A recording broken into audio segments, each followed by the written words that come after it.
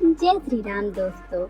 आज घर से तो हम निकले थे राजा बेटा के लिए स्कूल बैग लेने के लिए, लेकिन रास्ते में ये राजा बेटा को दिख गई है प्रदर्शनी। और ये दिख जाए और राजा बेटा ना जाए ऐसा हो ही नहीं सकता है। मतलब वो हंगामा मचाना पूरा शुरू कर देते हैं। तो यहाँ पति देव गाड़ी की एंट्री करा रहे थे। फिर उसके बाद में हम आ गए थे प्रदर्शनी के पास में, और यहाँ पे सबसे पहले हमको लेना था टिकट। तो पति देव राजा बेटा के साथ में टिकट ले रहे थे और फिर हमें अंदर जाना था। और मैं बिल्कुल भी नहीं चाह रही थी कि हम प्रदर्शनी जाएं। और यहाँ पे एक उनकी ही एम्प्लॉय थी प्रदर्शनी वालों की ही, जो राजा बेटा को परेशान कर रही थी। और राजा बेटा खुश हो गए थे उसके साथ खेल के। फिर हम अंदर आ गए थे। मैं आपको बता रही थी कि हम इसलिए नहीं जाना चाहते थे क्योंकि बारिश का टाइम था, हर जगह मतलब एकदम सा कीचड़ कीचड़ सा हुआ रहता, तो मेरा बिल्कुल नहीं मन था। लेकिन राजा बेटा की जिद के आगे हम लोगों को झुकना पड़ता है। और टाइम भी ज़्यादा नहीं था, हम लोग 8:30-9 बजे घर से ही निकले थे। तो लेकिन राजा बेटा की जिद थी, उसको पूरी करनी थी। तो बस पति देव यहाँ पे इसको झूले पे बैठा रहे हैं क्योंकि अभी उनको झूले पे बैठना था। और ये थोड़ा सा सेफ दिख रहा था झूला। वैसे झूले वगैरह पे ना मैं बैठती हूँ ना राजा बेटा को बैठाना चाहती हूँ, बट ये थोड़ा सा सेफ दिख रहा था क्योंकि इसको हाथ से ही झुला रहे थे। तो ऐसे राउंड राउंड करना था, तो मुझे थोड़ा सही लगा, तो मैंने कहा ठीक है। तो राजा बेटा खुद भी थे। तो फिर उसके बाद में ये झूले के बाद हम आ गए थे कुछ सारे सामान जो लगे हुए थे देखने के लिए। मतलब राजा बेटा को इधर लेके और वो जिद ना करे ऐसा पॉसिबल भी नहीं है। वो हर चीज़ के लिए जिद कर रहे थे। और ये बहुत ही खूबसूरत सा जो है आर्टिफिशियल फ्लावर की शॉप थी और ये काफ़ी ज़्यादा अच्छा लग रहा था। और यहाँ राजा बेटा थोड़ी सी जिद करके रो रहे थे कि मुझे ये चीज़ चाहिए, बट हमको इनको कुछ भी नहीं दिलाने वाले थे क्योंकि 1 से 2 मिनट के अंदर वो सामान टूट जाता है। तो मैं बोल रही थी कि नहीं आप कुछ भी नहीं लिए। तो यहाँ वो अपने पापा से जिद कर रहे हैं। जब मेरे आगे उनकी दाल नहीं गलती है तो वो पापा से जिद कर लेते हैं कि पापा मुझे ये दिला दीजिए। और पापा हैं, उनकी सारी बातें मान भी लेते हैं। बट आज मैंने पति देव को भी बोला था कि नहीं कुछ भी नहीं दिलाएगा, जो भी खाना पीना है वो खिला दीजिएगा। लेकिन यहाँ राजा बेटा नहीं माने थे और उन्होंने एक छोटा सा खिलौना अपने लिए ले लिया था। देखते हैं वो कितने दिन चलता है, कितने दिन नहीं चलता है। और प्रदर्शनी बहुत बड़ी नहीं लगी थी, इस बार बहुत ही छोटी सी लगी थी। तो मुश्किल से 15 से 20 मिनट में हम लोगों ने इसको पूरा कंप्लीट कर लिया घूम के। और फिर मैंने बोला कि यार अब चलिए बाहर चलते हैं क्योंकि यहाँ पे मुझे बहुत ज़्यादा गर्मी हो रही है। और लेकिन अभी पति देव को दिख गया था यहाँ पे ये बलून वगैरह जो यहाँ पे निशाना लगाना था, तो बस ये शुरू कर दिए थे अपना कारनामा। यहाँ पे राजा बेटा भी उनका पूरा सपोर्ट कर रहे हैं अपने पापा का। ये पता नहीं क्या टिक होता है दुकान वालों का कि कोई भी एक भी निशाना नहीं लगा पाता है। ये ऐसा ट्रिक ये लोग बनाए रहते हैं। तो मुझे तो पता था कि पैसा सिर्फ बर्बाद होगा, लेकिन अभी इन दोनों लोग को एंजॉय करना था तो ये दोनों लोग एंजॉय कर रहे थे। राजा बेटा को पति देव सिखा रहे थे कि कैसे मारना है। और राजा बेटा की तो संभाल में ही नहीं आ रहा था। अभी राजा बेटा काफ़ी ज़्यादा छोटे हैं और यहाँ पति देव खुश हैं तो मैं भी खुश थी।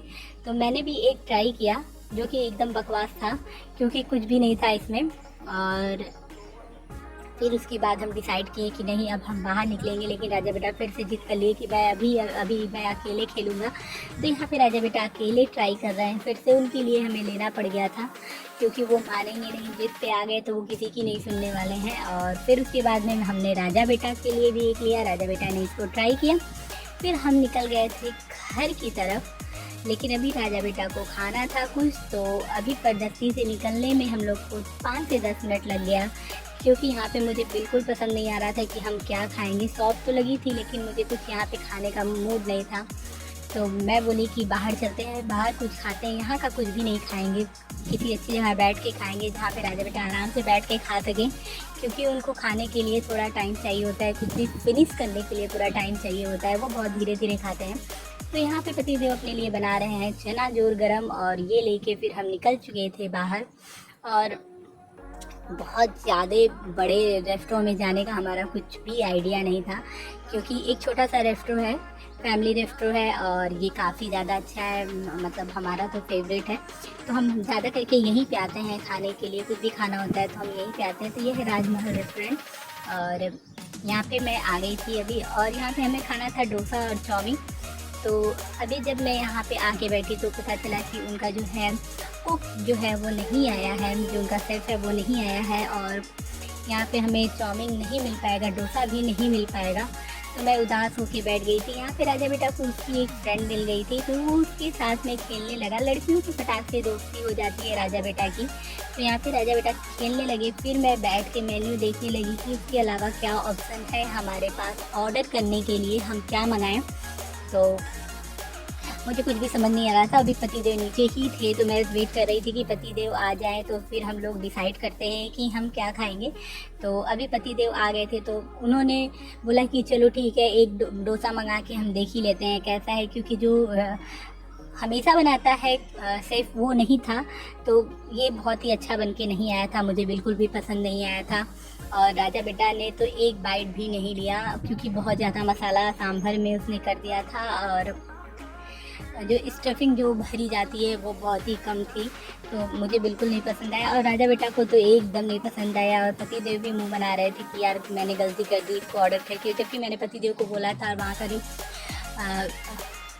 स्टाफ था वो बोला कि मैम डोसा मत लीजिए, क्योंकि जो रोज़ बनाते हैं वो आज नहीं आए हैं, आपको पसंद नहीं आएगा। लेकिन पतिदेव को खाना था डोसा, तो उन्होंने ऑर्डर कर दिया था। और जब पतिदेव ने ऑर्डर कर दिया है तो हमें खाना ही खाना है। तो अभी राजा बेटा को कोशिश कर रही थी खिलाने की कि खा ले, लेकिन नहीं खाना था। तो फिर हम तो पूछे राजा बेटा से कि वो क्या खाएंगे, तो उनका मन था पनीर खाने का।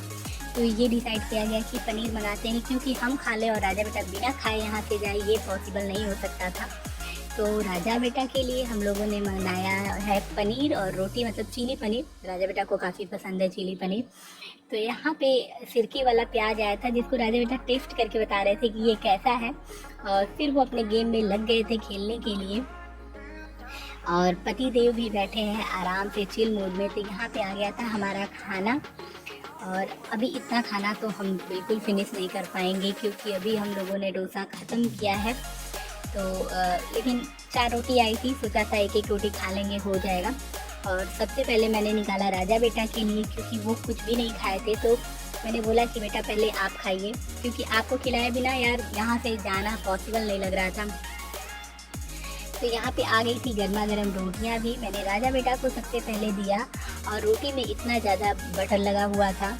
मैं बोल रही थी पति देव से कि यार इतना ज़्यादा बटर मैं नहीं खा पाऊँगी, मतलब फिर से मेरा शरीर एकदम मोटा हो जाएगा। और गरम गरम रोटी थी, तो फूंक के मैंने राजा बेटा को खिलाने की कोशिश की, और राजा बेटा को बिल्कुल पसंद आया। लेकिन वो बोल रहे थे कि मम्मा आप हाथ हटाइए, मैं अपने हाथ से खाऊंगा। और वो कैमरे में देख के मुस्कुरा भी रहे थे, उनको मेरे हाथ से नहीं खाना था। वो बोल रहे थे कि मम्मा आप हाथ हटा लीजिए, मैं अपने हाथ से खा लूँगा। तो फिर मैंने उनके लिए अलग से एक प्लेट मंगाया, और उनका खाना मैंने अलग किया, क्योंकि उनको अपने हाथ से खाना था। तो मैंने उनको बोला कि बेटा आप खुद अपने हाथ से खाइए। वो अपने हाथ से अब थोड़ा बहुत खा लेते हैं, मतलब बहुत अच्छे से तो नहीं खा पाते हैं, लेकिन खा लेते हैं, कोशिश करते हैं। और मैं अब देती भी हूँ कि वो खुद से खाना सीख जाएं, बड़े भी हो रहे हैं। और यहाँ पे मैं भी बैठ गई थी खाने के लिए,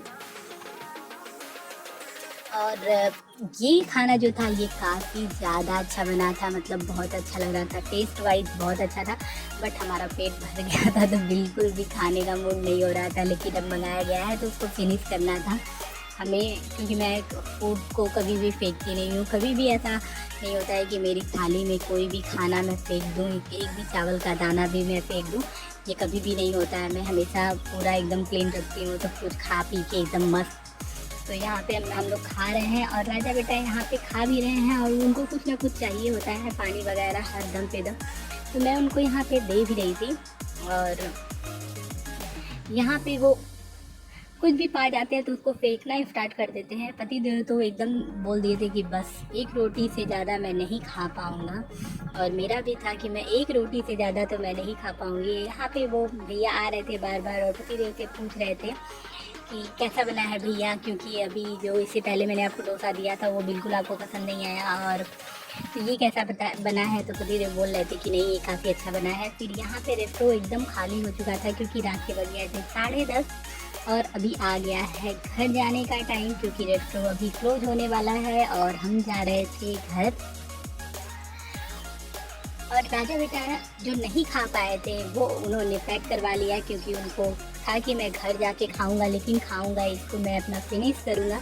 तो उनका जो बचा हुआ था हमने उसको पैक करवा लिया कि ये घर पे जाके खाएंगे, मांगेंगे ज़रूर। फिर यहाँ